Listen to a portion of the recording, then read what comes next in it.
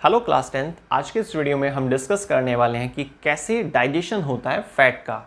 कौन सा ऐसा हमारी बॉडी का पार्ट है जो इन्वॉल्व है, जो जुड़ा हुआ है डायरेक्टली किस चीज़ से, फैट के डाइजेशन से। अगर वो बॉडी पार्ट काम नहीं कर रहा है तो हमारी बॉडी में फैट के डाइजेशन का कोई मतलब नहीं है, हमारी बॉडी में फैट डाइजेस्ट ही नहीं हो पाएगा।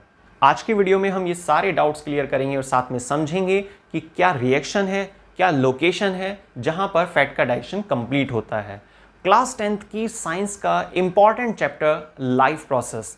लाइफ प्रोसेस में बहुत सारे टॉपिक हैं, आप जितना डिटेल में पढ़ेंगे वो उतना कम रह जाएगा। उन सभी टॉपिक में से एक इंपॉर्टेंट टॉपिक आज के वीडियो में हम क्लियर करने वाले हैं और वो टॉपिक क्या है, डाइजेशन ऑफ फैट। देखिए, ह्यूमन बॉडी में जिस ट्रैक से फूड पास आउट होता है, पहले हम उन स्टेप्स को देखते हैं।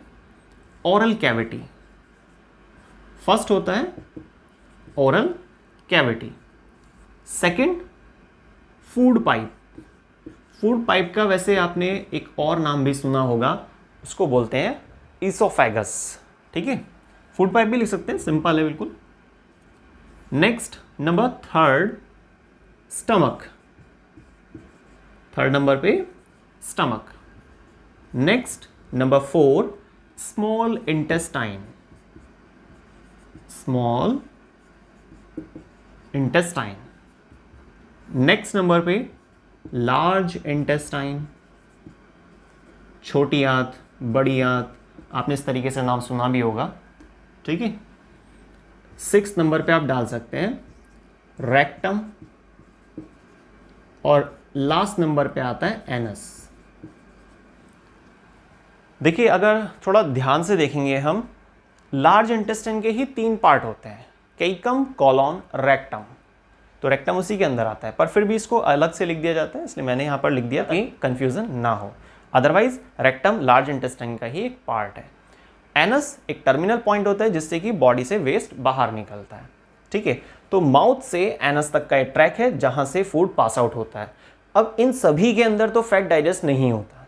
ठीक है, कौन सा ऐसा पार्ट है जहां पर फैट डाइजेस्ट होता है, वो नाम है स्मॉल इंटेस्टाइन। Small intestine. तो स्मॉल इंटेस्टाइन हमारे डाइजेस्टिव ट्रैक का एक वो स्टेप है, एक वो पार्ट है, या हमारी बॉडी का आप डायरेक्ट एक ऑर्गन कह सकते हैं। स्मॉल इंटेस्टाइन जो अप्रॉक्स 7.5 मीटर लंबा होता है, अप्रॉक्स 7.5 मीटर। फिट में नहीं कहा जा रहा है, 7.5 मीटर कहा जा रहा है, क्योंकि जो पूरी एलिमेंट्री कैनाल होती है ना, माउथ से एनस तक का जो पूरा ट्रैक होता है, इसको एलिमेंट्री कैनाल बोलते हैं। ये अप्रॉक्स में 9 मीटर होती है, और जिसमें से 9 मीटर टोटल है ना, जिसका वेरिएबल डायमीटर रहता है, यूनिफॉर्म डायमीटर नहीं होता, कहीं पतली होती है, कहीं थोड़ा मोटी होती है ना, इस तरह से। और बाकी उसमें से एक मेन पार्ट जिसको हम क्या बोल रहे हैं, स्मॉल इंटेस्टाइन, ये अप्रॉक्स में 7.5 मीटर देखा जाता है। ठीक है, अब इस स्मॉल इंटेस्टाइन के अंदर डाइजेशन होता है फैट का। कैसे होता है उसको समझते हैं एक बार। हमने जैसे कोई भी फैट कंटेंट लिया, कोई भी फैट पार्ट लिया आपने किसी भी फॉर्म में, आप समोसा खा रहे हो या ऑयल या जो भी, मतलब इस तरीके एक्सवाइजेड, तो फैट आपकी ओरल कैविटी में जाएगा, वहाँ डाइजेशन नहीं होगा। फूड पाइप में आएगा, वहाँ भी डाइजेशन नहीं होगा। फूड पाइप तो सिंपल कनेक्शन का काम करता है, ओरल कैविटी को किससे जोड़ता है, स्टमक से, सिंपल। स्टमक में भी डाइजेशन नहीं होगा फैट का। बस हाँ, इतना होगा कि जो भी जर्म्स थे, जो बैक्टीरियाज थे, वो सब मार दिए जाएंगे स्टमक के अंदर, क्योंकि स्टमक में क्या होता है, एक एसिड होता है जिसकी काफ़ी स्ट्रॉन्ग पीएच वैल्यू होती है। कितनी, 1.4 पीएच वैल्यू का एसिड प्रेजेंट होता है हमारे स्टमक में, ह्यूमन बॉडी में। और ये जो स्टमक के अंदर एसिड है, ये क्या करता है, बैक्टीरियाज को मार देता है। पर फैट डाइजेशन नहीं हुआ है। क्यों नहीं हुआ है, अगर कोई आपसे ऐसा पूछता है, तो भाई सीधी सी बात है, फैट को डाइजेस्ट करने के लिए जो रेस्पेक्टिव मटेरियल चाहिए होता है, एंजाइम्स वगैरह चाहिए होते हैं, वो वहां नहीं होते। Simple answer. ठीक है, तो अब घुमा फिरा कर तो अल्टीमेटली हमारे स्मॉल इंटेस्टाइन में आ चुका है फैट। ठीक है, तो जब फैट पहुंचता है स्मॉल इंटेस्टाइन में, तो सबसे पहले उसके ऊपर एक्शन करता है कौन, बाइल जूस। तो बाइल जूस एक्शन करता है फैट पर, बड़े बड़े जो पीसेस होते हैं उनको छोटे छोटे पीसेस में तोड़ देता है, और उसको क्या बोलते हैं, एमल्सीफाइड फैट। एमल्सीफाइड फैट। तो अब ये फैट के बड़े बड़े पीसेस जो हैं छोटे छोटे पीस में टूट जाते हैं, इसको क्या बोलते हैं, उन पीसेस को एमल्सिफाइड फैट, और इस पूरे प्रोसेस को क्या बोलते हैं, एमल्सिफिकेशन। लेकिन ये कब हुआ, जब ये बाइल जूस होगा। अब बाइल जूस कहां से आ रहा है, बाइल जूस आता है लीवर से। कहां से आता है बाइल जूस, लीवर से आता है, ठीक है। लीवर एक लार्जेस्ट ग्लैंड है ह्यूमन बॉडी में, अप्रॉक्स इसका जो वेट लिया जाता है वो करीब 1 किलो 500 ग्राम, 1500 ग्राम का लीवर होता है, ठीक है। अभी जो 1500 ग्राम का लीवर है, इसके अंदर कुछ स्पेशल सेल्स होती हैं जिसको बोलते हैं हेपेटिक सेल। क्या कहते हैं उसको, हेपेटिक सेल। तो हेपेटिक सेल के जरिए तैयार किया जाता है बाइल जूस, और बाइल जूस बनने के बाद पहुंचता है सीधा कहां पर, हमारी स्मॉल इंटेस्टाइन में, और वहां पहुंचने के बाद वो 2 फंक्शन परफॉर्म करता है, जिसमें से पहला फंक्शन आपके सामने आ चुका है कि फैट के कॉम्प्लेक्स स्ट्रक्चर को सिंप्लीफाइड कर देता है, मतलब छोटे छोटे पीसेस में तोड़ देता है। इसमें एंजाइम्स नहीं होते हैं, ठीक है, बाइल साल्ट्स होते हैं। तो उन बाइल साल्ट्स की मदद से ये छोटे छोटे पीसेस बनवा देता है, जिसको हम क्या बोलते हैं, एमल्सिफाइड फैट, और इस पूरे प्रोसेस को एमल्सिफिकेशन कहते हैं। अब देखिए, अभी काम पूरा नहीं हुआ है। ये जो एमल्सिफाइड फैट है ना, इस पर एक्शन होगा एक और चीज़ का, और उसका नाम है, वो एक एंजाइम होता है लाइपेज। लाइपेज एक एंजाइम है जो पैनक्रियाटिक जूस के अंदर प्रेजेंट होता है। पैनक्रियाटिक जूस, ठीक है, मतलब पैनक्रियास से आने वाला एक लिक्विड मटेरियल, और वो पैनक्रियाटिक जूस हमारे स्मॉल इंटेस्टाइन तक पहुंचता है, उसके अंदर लाइपेज होता है। लाइपेज फिर क्या करता है, छोटे छोटे जो पीसेस थे, एमल्सिफाइड फैट थी, उसको फाइनली चेंज कर देता है, किसमें, फैटी एसिड में।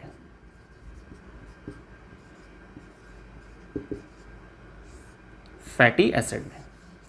अब ये हमारे पास एक फाइनल प्रोडक्ट तैयार हो गया है। हमारी बॉडी कॉम्प्लेक्स मटेरियल को एब्जॉर्ब नहीं कर सकती है, उसे सिंप्लीफाइड मटेरियल चाहिए होता है। अब वो सिंप्लीफाइड करना पड़ता है, एंजाइम्स की मदद से काम होता है। इसी को हम क्या बोलते हैं, डाइजेशन, ठीक है। तो डाइजेशन का एक सिंपल मीनिंग है भाई कॉम्प्लेक्स को सिंपल में तोड़ देना, कॉम्प्लेक्स को सिंपल में तोड़ देना, ठीक है, एंजाइम्स की मदद से। लेकिन याद रखना है आपको, बाइल जूस एक ऐसा लिक्विड होता है, कहां से आ रहा है, लीवर से आ रहा है। लीवर की कौन सी सेल ने तैयार किया उसको, हेपेटिक सेल ने, ठीक है। और हेपेटिक सेल जब जूस बना देती हैं, कौन सा जूस, बाइल जूस, तो वो बाइल जूस पहुंचेगा, फैट पर एक्शन करेगा, छोटे छोटे पीसेस बनवा देगा, प्रोसेस को बोलेंगे एमल्सिफिकेशन। फिर ये जो छोटे छोटे पीस है, मतलब एमल्सिफाइड फैट है, ये लाइपेज एंजाइम की मदद से फैटी एसिड में चेंज हो जाता है, फिर फैटी एसिड हमारी बॉडी में एब्जॉर्ब हो जाता है, ठीक है। सिंपल सी बात है, बिल्कुल इजी सा ट्रैक है। इसी को हम बोल रहे हैं डाइजेशन ऑफ फैट की रिएक्शन। क्या है ये, फैट के डाइजेशन की एक रिएक्शन, सिंपल प्रोसेस। लेकिन आपने नोटिस किया होगा, मैंने अभी बोला था बीच में, बल्कि स्टार्टिंग में, कि जो बाइल जूस आता है 2 फंक्शन परफॉर्म करता है, जिसमें से एक फंक्शन आपके सामने यहाँ पर आ गया है।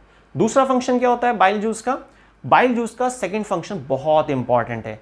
देखिए, हमारे बॉडी में जब फूड एंटर करता है, चाहे कार्बोहाइड्रेट, प्रोटीन, फैट, कोई भी कैसा भी फूड हो, यहाँ तो हमने खैर फैट का जिक्र किया है, पर कैसा भी फूड जब हमारी ओरल कैविटी में एंटर करता है और वो पहुंचता है कहाँ पर, हमारी फूड पाइप के अंदर, फिर फूड पाइप से कहाँ जाता है, स्टमक में, और जैसे ही स्टमक में पहुंचता है ना, तो वो फूड एसिडिक हो जाता है।